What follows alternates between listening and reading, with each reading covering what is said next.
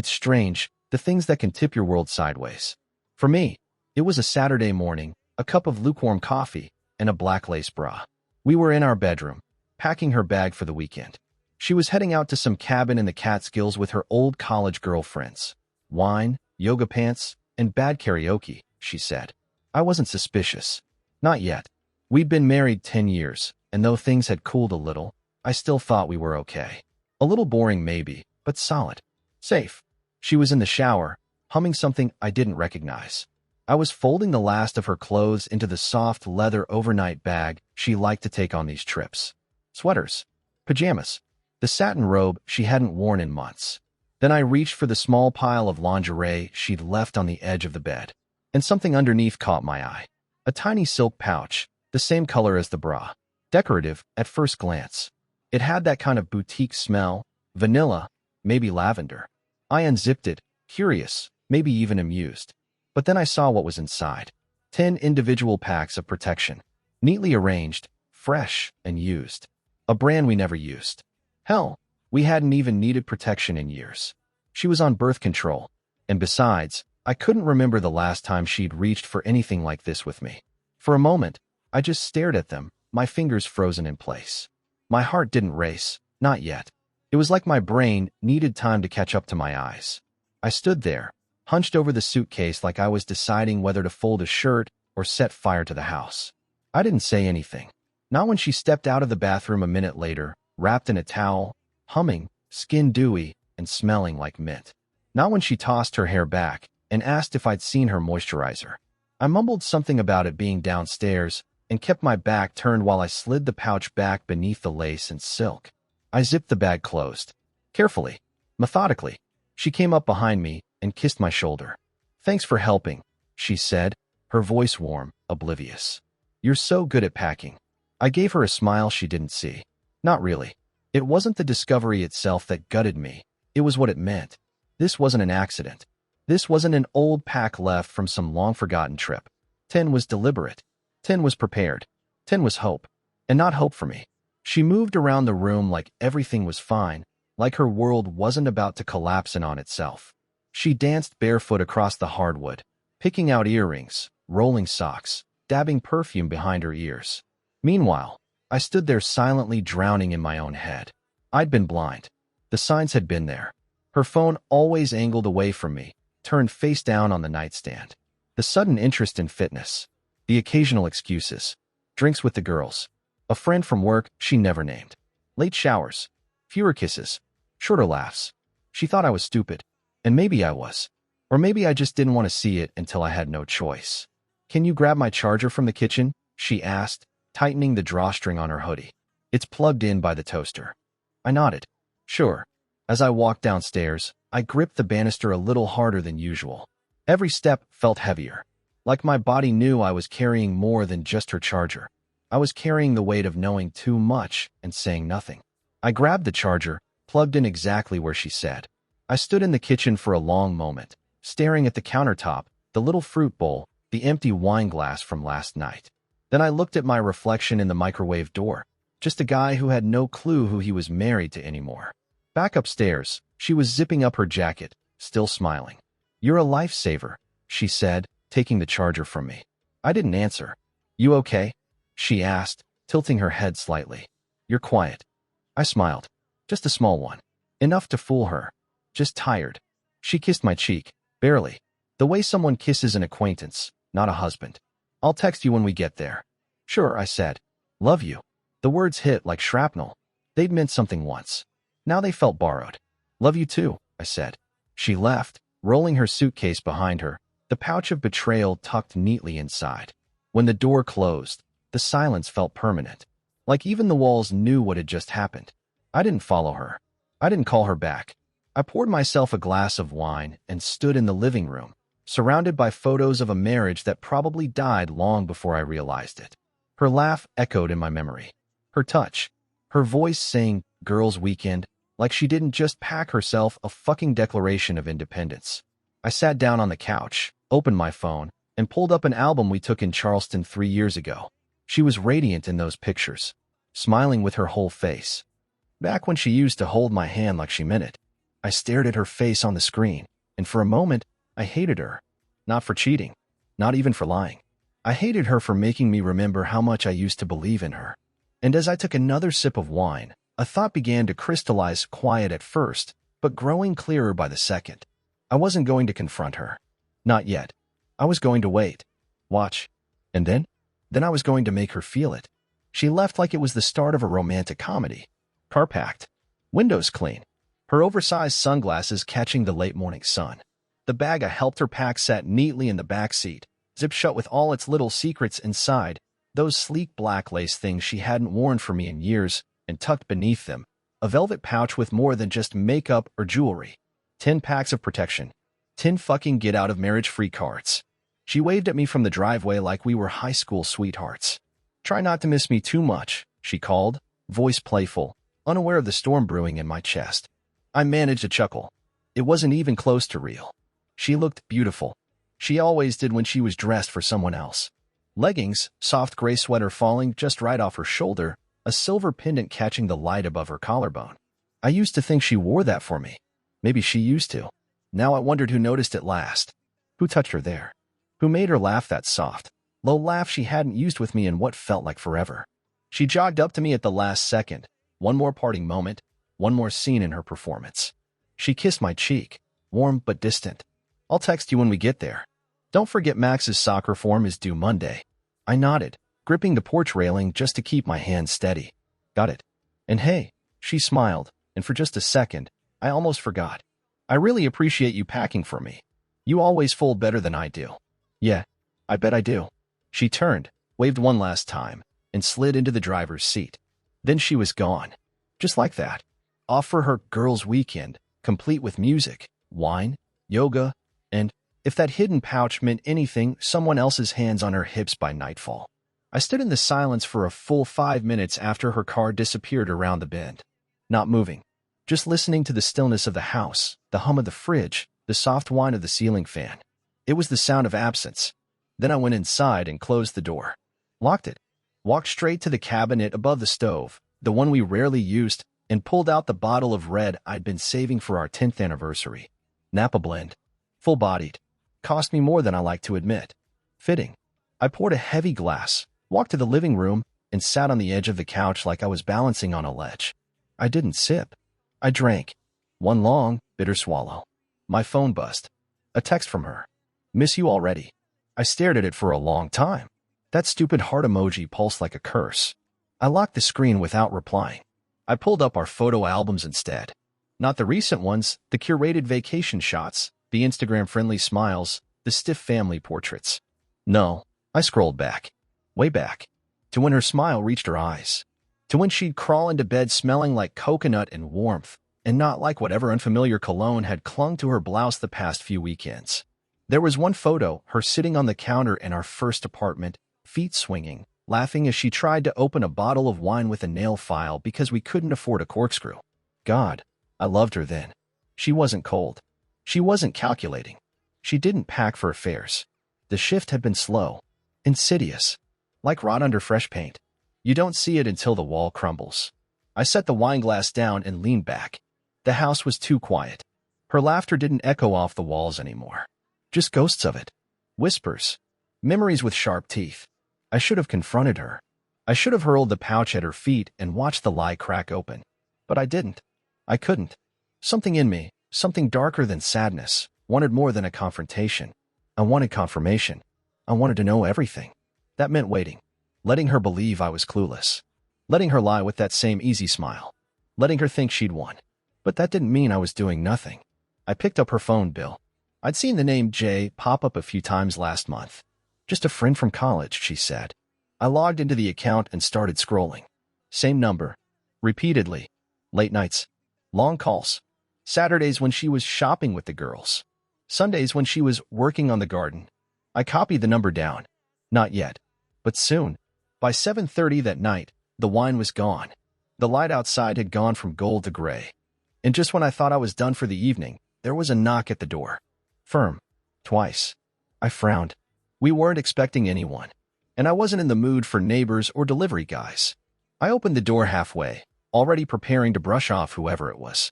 But when I saw her standing there, everything stopped. Emily, my wife's sister. She stood on the porch, hands in the pockets of her leather jacket, hair pulled back, a look on her face that didn't belong to the giggling college girl I remembered.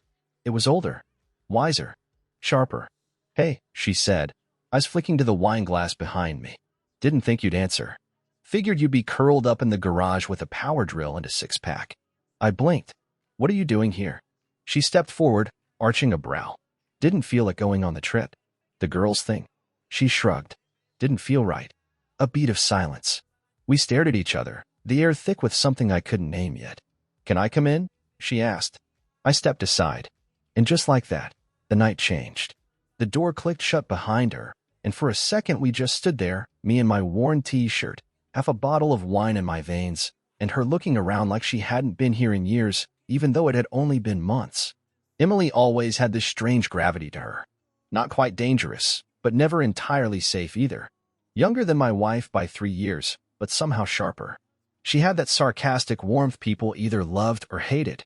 The kind of woman who could defuse an argument with a joke or start one with a smirk. She stepped out of her boots and looked around. "Wow, still smells like vanilla and laundry sheets in here." I raised an eyebrow. "Should I apologize?" "No," she said, grinning. "It's better than the last guy I dated. His place smelled like socks and regret." She walked into the living room like it was hers, plopped down on the edge of the couch, and kicked one leg over the other. "You gonna offer me a glass? Or are you drinking that whole thing alone like a sad French poet?" I stood there for a beat, still trying to figure out what the hell she was doing here. She noticed. "Look, I didn't mean to ambush you. I just couldn't go. The whole trip thing. Something about it didn't feel right." "You backed out last minute?" "An hour before they left." Rachel was pissed.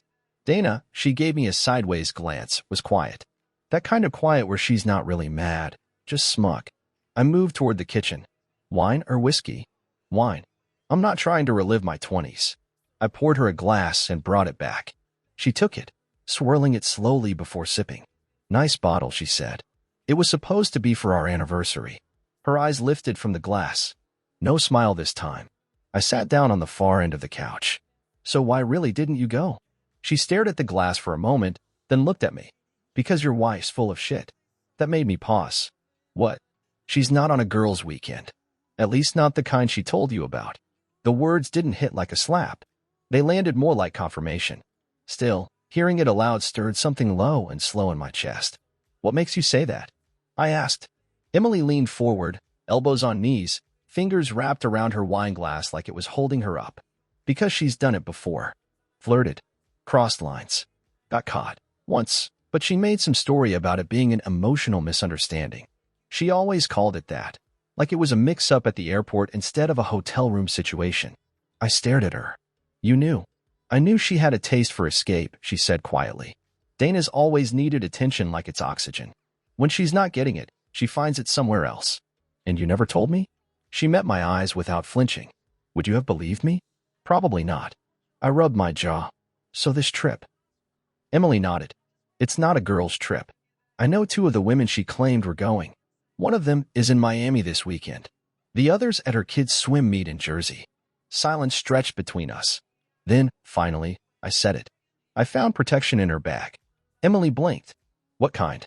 "Enough to plan for a long weekend with someone who isn't me." She sank back against the couch. "Jesus." "I packed it myself," I added. Her eyes widened. "You packed it?" "She asked me to." There was something grotesquely poetic about that, and we both knew it. "You ever say anything?" "Not yet." She gave a low whistle. "You're more patient than I'd be." "It's not patience. It's, I don't know, strategy." Emily's lips parted like she was about to say something else, but then she paused. Looked at me a little differently. "You okay?" she asked. "No." She nodded once, slowly. "Fair." We sat in silence for a few minutes, sipping our wine like the couch was a lifeboat and the water around us had just caught fire. Then she asked, "So what now? You gonna confront her when she gets back?" "Maybe. Maybe not. I need more than speculation. I need to see the whole picture." "You thinking private investigator stuff?" "I'm thinking patience," I said. "Let her dig her own hole." Emily was quiet again. She shifted closer, just slightly, until our knees were almost touching. Her voice dropped an octave. "She doesn't deserve you." That hit harder than I wanted it to. Don't say that, I muttered. Why? Because it's true, and I already hate how much I needed to hear it. She gave me a sad little smile. I've been biting my tongue about her for years. Why? Because I didn't want to be the bitter sister, the one who always meddles. But I've watched her treat you like a placeholder for a long time now, and it kills me. I looked at her. She looked back. And just like that, the room shifted again. The air thickened. The space between us got smaller without either of us moving. I'm not saying this because I want something from you, she added. I couldn't let her lie to your face and pretend it was nothing. Her voice cracked, just a little. I reached out and put a hand on hers. It was instinct. Or maybe something more. Her fingers didn't pull away. Thank you, I said, barely above a whisper. Her hand squeezed mine. And for the first time in weeks, maybe months, I felt seen. The bottle was almost empty by the time the sun slipped below the trees.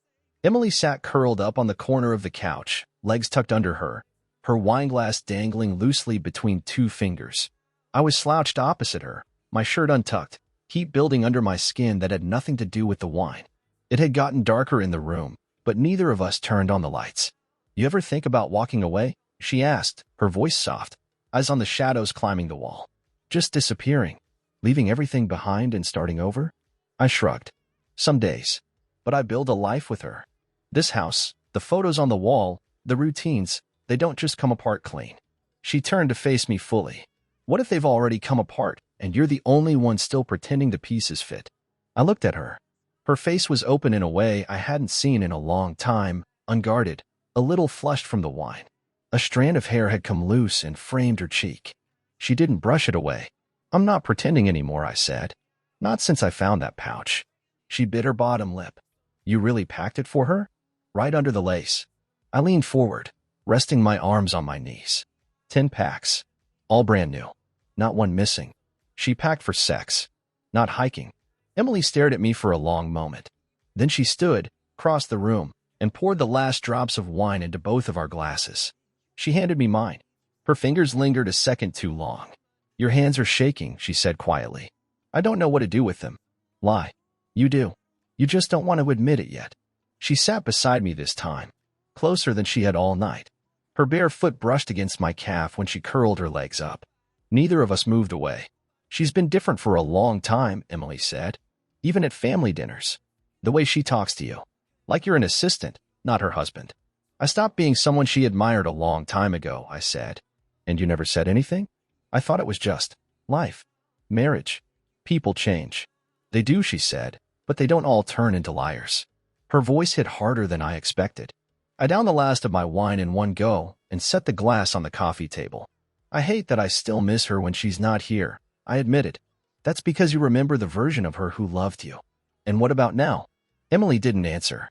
Instead, she reached out slowly, hesitating like she wasn't sure if she should. Then her hand landed gently on my arm, sliding down until her fingers found mine again. Her skin was soft and warm. Comforting. Dangerous. She doesn't deserve your grief, she said. Her thumb brushed my knuckle. The silence between us thickened, charged. Neither of us moved for a long moment. Then she said, I saw her a few months ago, coming out of a hotel near Midtown. She said it was a business mixer. But what? She looked guilty, flushed, hair a mess. She lied right to my face and smiled like she wasn't spinning 100 little stories behind her eyes. I nodded slowly. I wonder how many other people have seen it and just said nothing. Emily leaned her head back against the cushion, letting out a slow breath. I've wanted to tell you for years, but I didn't want to be the one who ruined it. You wouldn't have ruined anything, I said. She did that on her own. There was a silence after that, deep and humming with everything we weren't saying. Then, slowly, Emily leaned toward the coffee table to set her glass down. Her knee pressed into mine, and when she straightened, she didn't move away. Can I ask you something? She said. Yeah. Do you remember Thanksgiving? 2 years ago? After dinner, when everyone was passed out, and we were on the back porch. I nodded. You were talking about how you hated the city, how you wanted to run off to the mountains. And you said if I ever did, to let you know so you could escape with me. I smiled. I remember. I think I held on to that, she said. Longer than I meant to. I turned my head to look at her. Her face was so close now. Her breath warm. Her lips slightly parted. The electricity in the room shifted.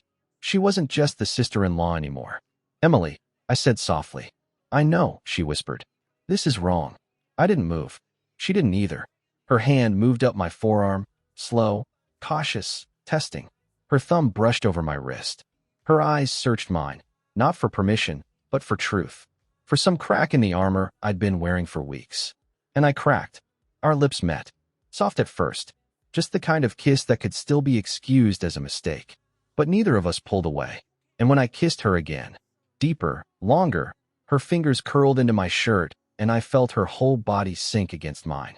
I tasted wine and secrets and the years of things unsaid between us. I knew I should stop, but I didn't. We kissed until breathing became necessary, until the room faded away, until guilt and fire tangled so tightly in my gut I couldn't tell one from the other. Her hand found my chest, rested there like she was trying to calm my heart, or feel how fast it was racing. We didn't go any further that night, but the line had been crossed, and there was no going back.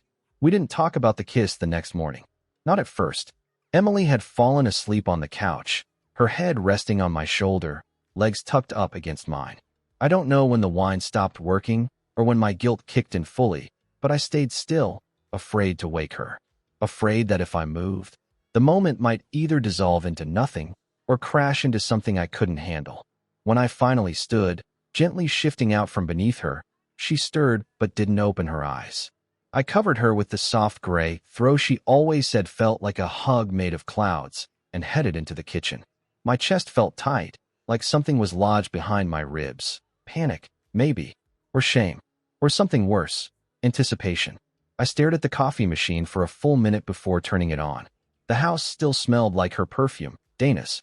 It clung to the hallways and the pillows upstairs. But now there was something else layered under it. Something warmer. A hint of vanilla from the wine. The faintest trace of Emily's hair against my shirt. The coffee gurgled and steamed. I took 2 mugs out of the cabinet without thinking. One for me, one for her. By the time she padded into the kitchen, barefoot, hair tangled, wearing one of my old college t-shirts she must have found in the guest room, I'd already set her mug down on the counter. She looked up at me. Morning, she said, voice low. Hey. We didn't hug. We didn't touch. Just sipped quietly for a few minutes while sunlight streamed through the kitchen blinds like nothing had happened. Like my wife wasn't screwing someone in a cabin upstate. Like I hadn't just kissed her sister, and like the way her lips lingered a little too long. I should probably go, she said eventually, fingers curled around the mug. I nodded. You don't have to rush. She looked up. Are we going to talk about it? I don't know what to say. You kissed me back. I know. Emily set her mug down. Do you regret it? I thought for a long moment. I wanted to say yes. Wanted to tell her it was just a heat of the moment mistake. Blame the wine, the betrayal, the silence of the house. But it wasn't any of those things. I don't regret it, I said. She nodded slowly, eyes on the floor. Me neither. I moved closer, resting my hip against the counter. But I do feel like a bastard. You're not. I kissed my wife's sister, Emily. She's not your wife anymore. Not really. She still wears the ring. So do you. I looked down at my hand, at the dull silver band I hadn't removed in nearly a decade. It felt heavier than usual. Emily stepped toward me then, carefully, like the air might snap. Her fingers grazed mine. Last night, it wasn't revenge. Not for me. I looked up. Her eyes were open, honest, raw. It was something I've wanted for longer than I should admit, she said. Even before things got bad with you two. I swallowed hard. Why didn't you ever say anything? Because you were hers. I didn't answer.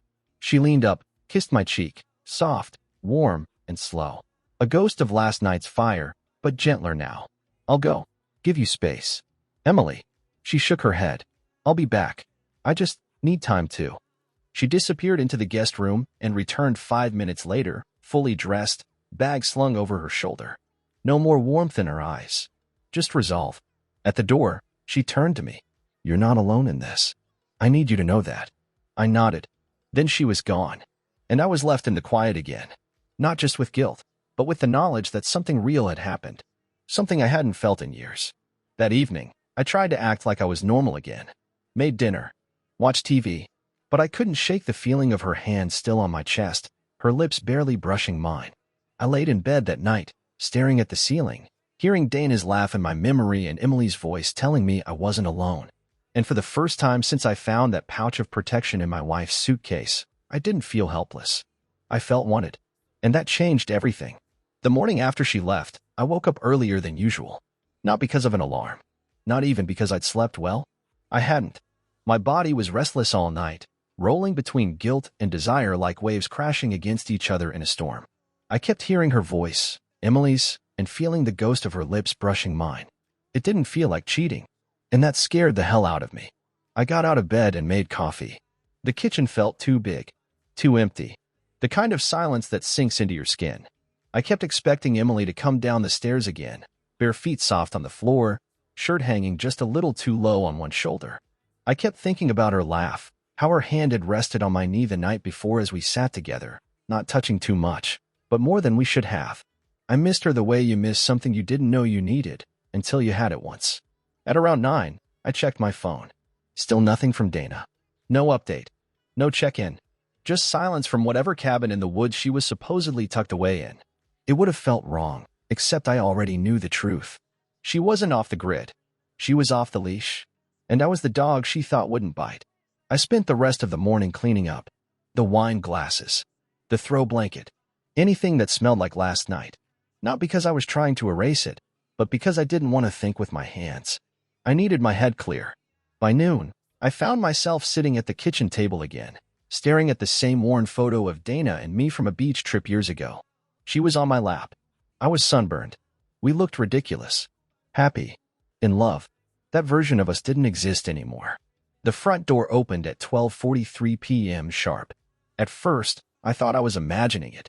Then I heard the roll of wheels across the hardwood, the click of her boots, the sound of her keys hitting the dish by the door. She was home. Early.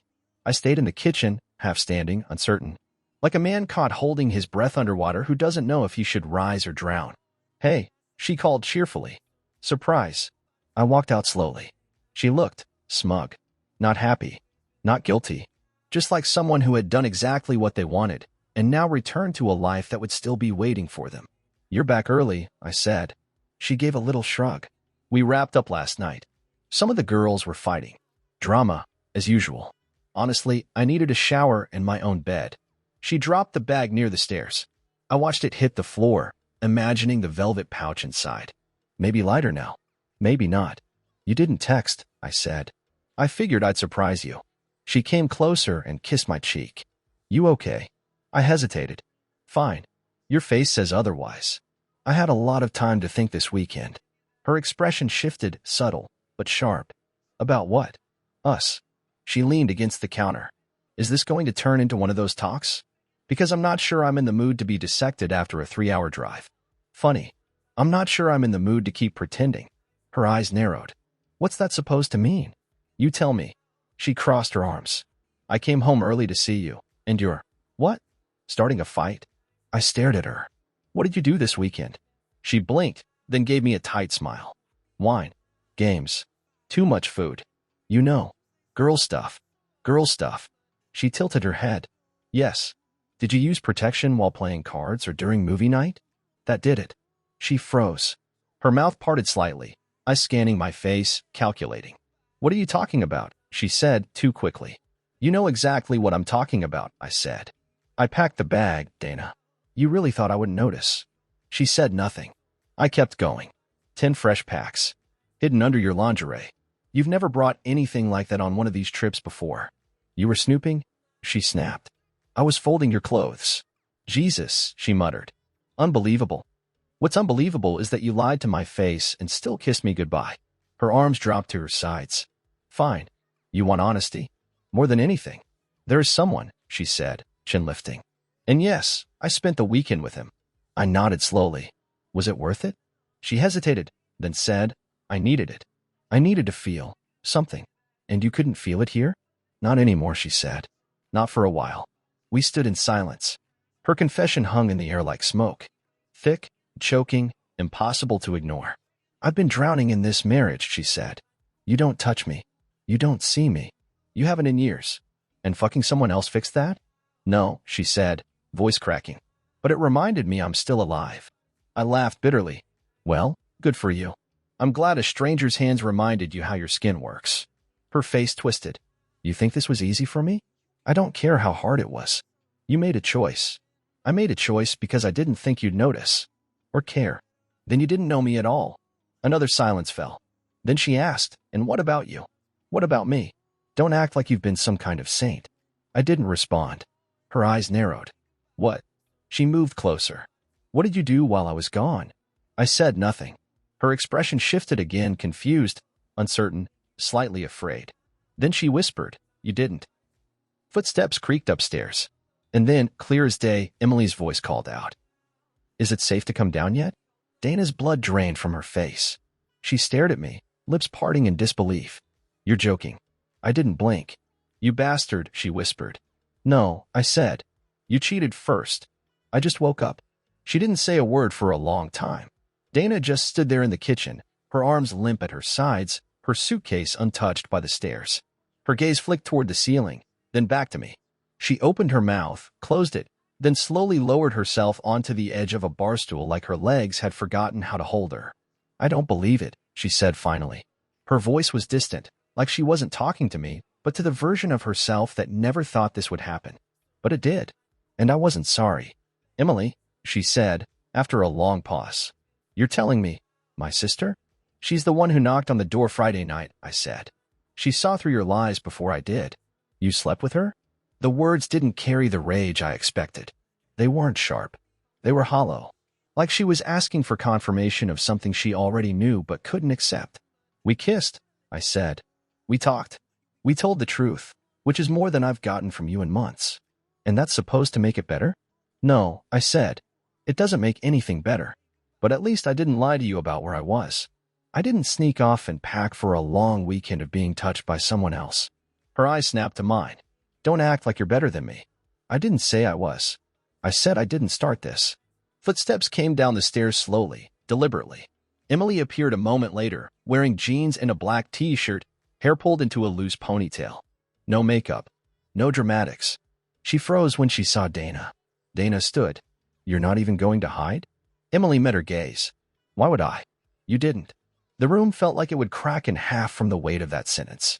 Dana let out a breath like she'd been punched. You had to pick him?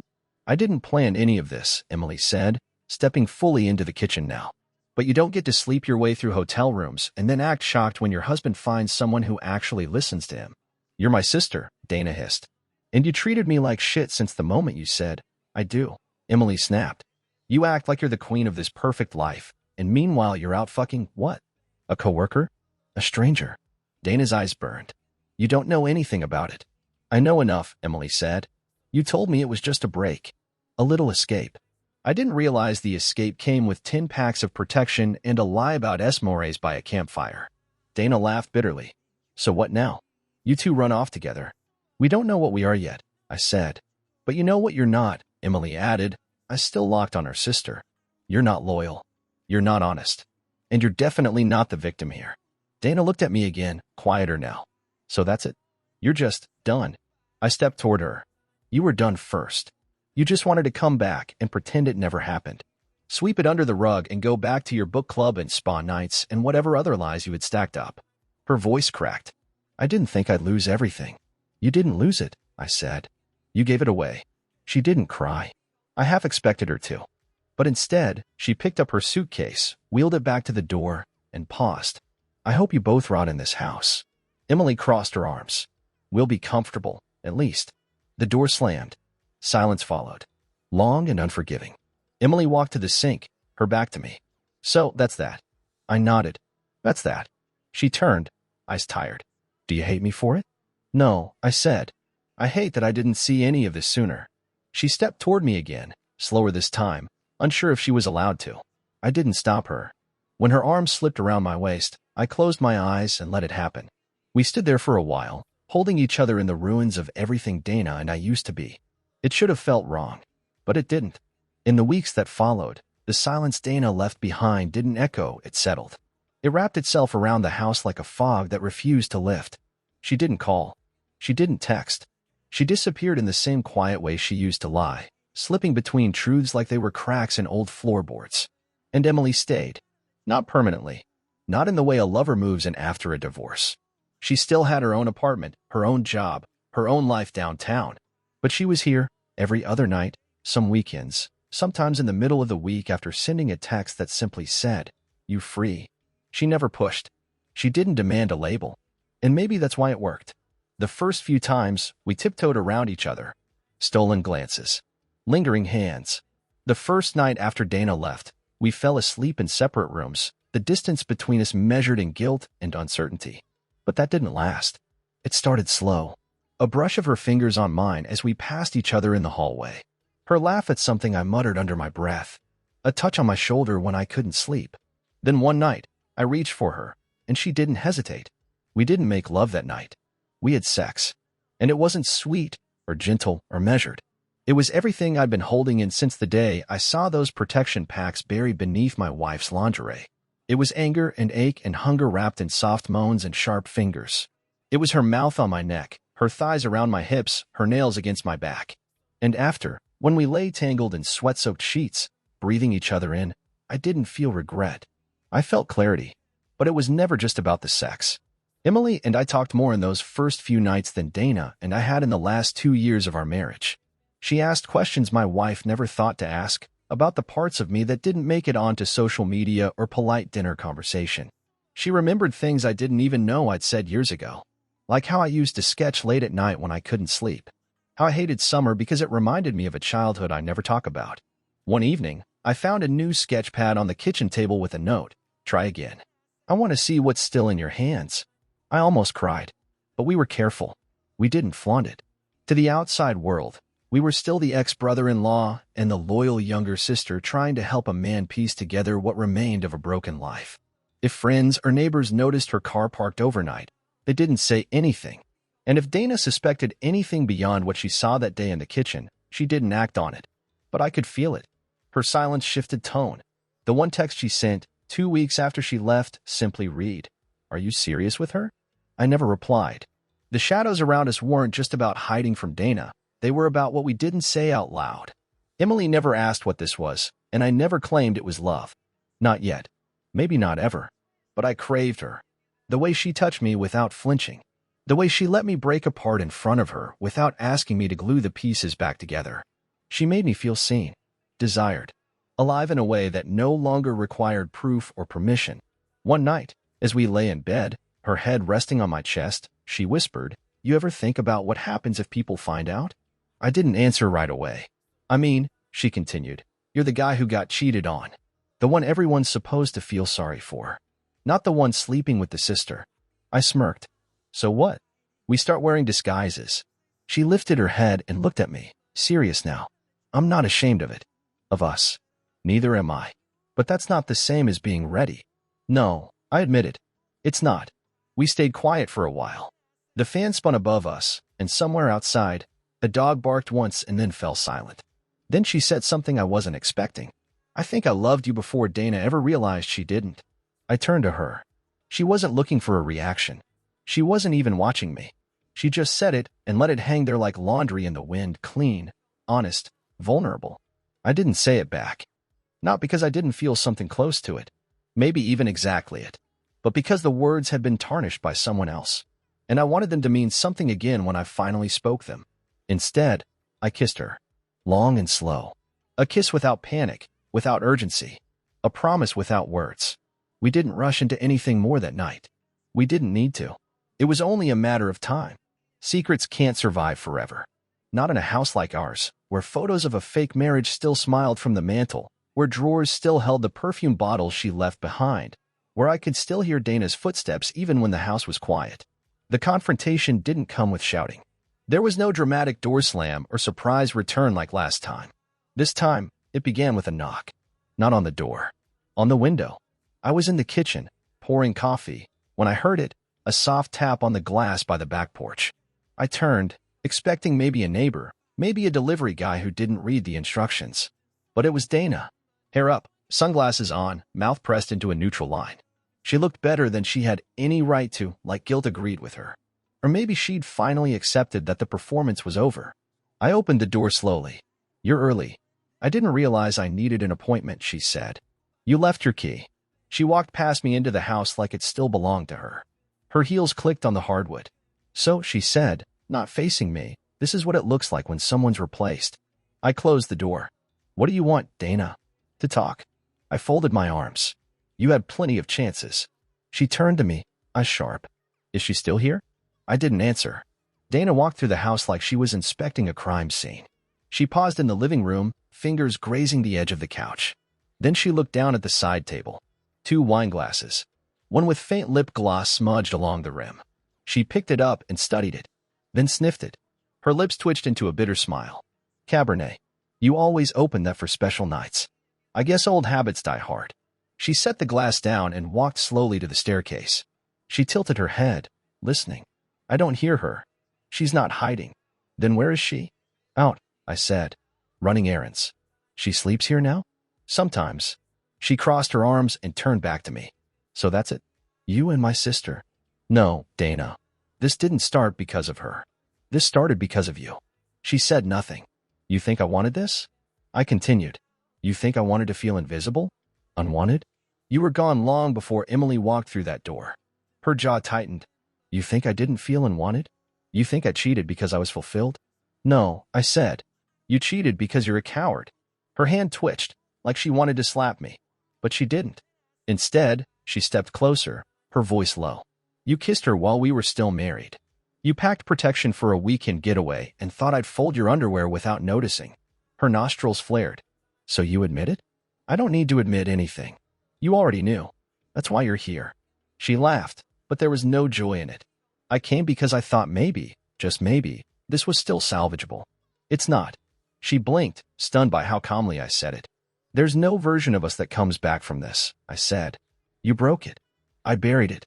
She just happened to be the one holding the shovel. Dana's eyes welled, but she blinked it away. She always wanted what I had. No, I said. She just didn't pretend to want it and then toss it away. She stepped back. So what now? You stay with her. I stay with the person who stayed with me. A sound came from upstairs, then light footsteps on the landing. Dana's head snapped toward the staircase. And then came the voice. Babe, Emily called. Can you help me with? She stopped when she saw Dana standing there. The 3 of us froze. Emily didn't flinch. She walked down the stairs like she owned every step. She was barefoot, hair damp from a shower, wearing one of my t-shirts. And her eyes were steady, no shame, no apology. Dana stared at her like she'd never seen her before. You're really doing this, she whispered. Emily's voice was calm. You did it first. Dana's mouth opened, but no words came out. I didn't come here to gloat, Emily said. But I'm not hiding either. You lost him, Dana. And you didn't even care until someone else picked up the pieces. Dana turned to me. Is this real to you? It is. And if it ends badly? Then it still ended better than what we had. She didn't cry. She didn't scream. She just walked past Emily, out the front door, and into the quiet world beyond. We didn't speak for a few minutes. Emily walked to me and placed her hand on my chest. Are you okay? She asked. I don't know. She leaned her head against me. You were honest. You did what she never could. I wrapped my arms around her, and for the first time since Dana left the first time, I felt something solid beneath my feet. It wasn't closure, but it was truth. And that would have to be enough. Fallout doesn't arrive with explosions. It arrives in whispers. A text from a cousin who just heard the news. A silent, unanswered group chat where Dana's name used to dominate the scroll.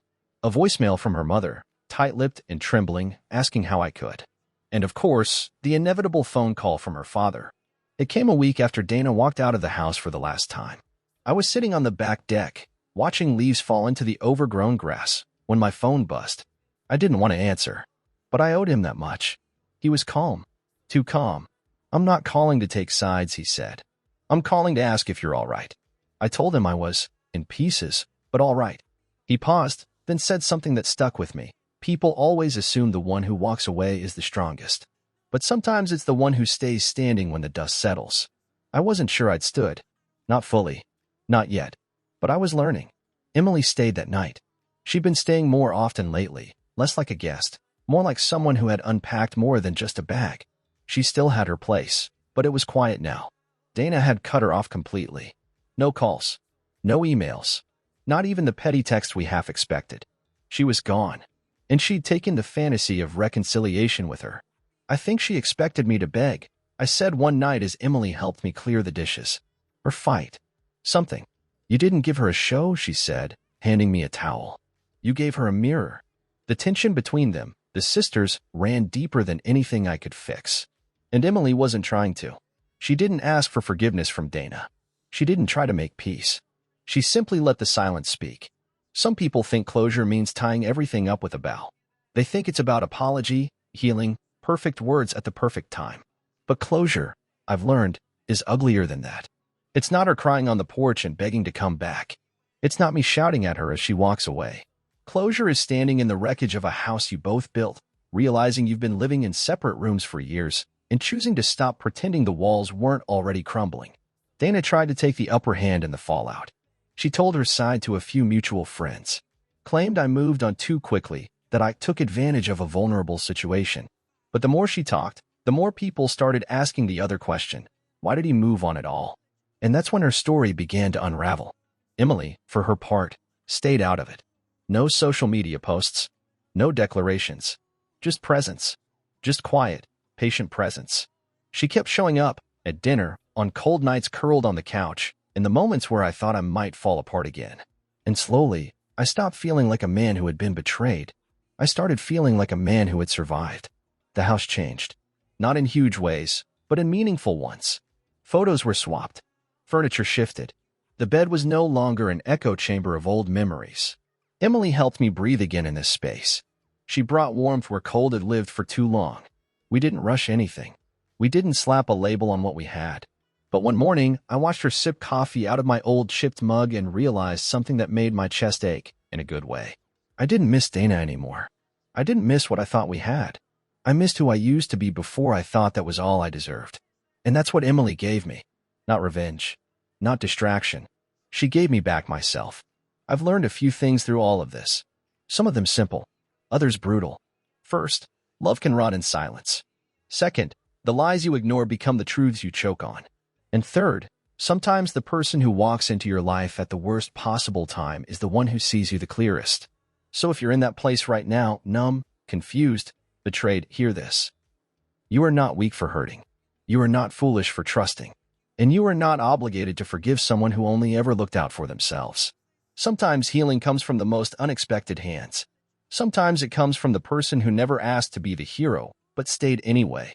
And sometimes, when the dust settles, the best revenge isn't what you do next. It's who you become after everything breaks.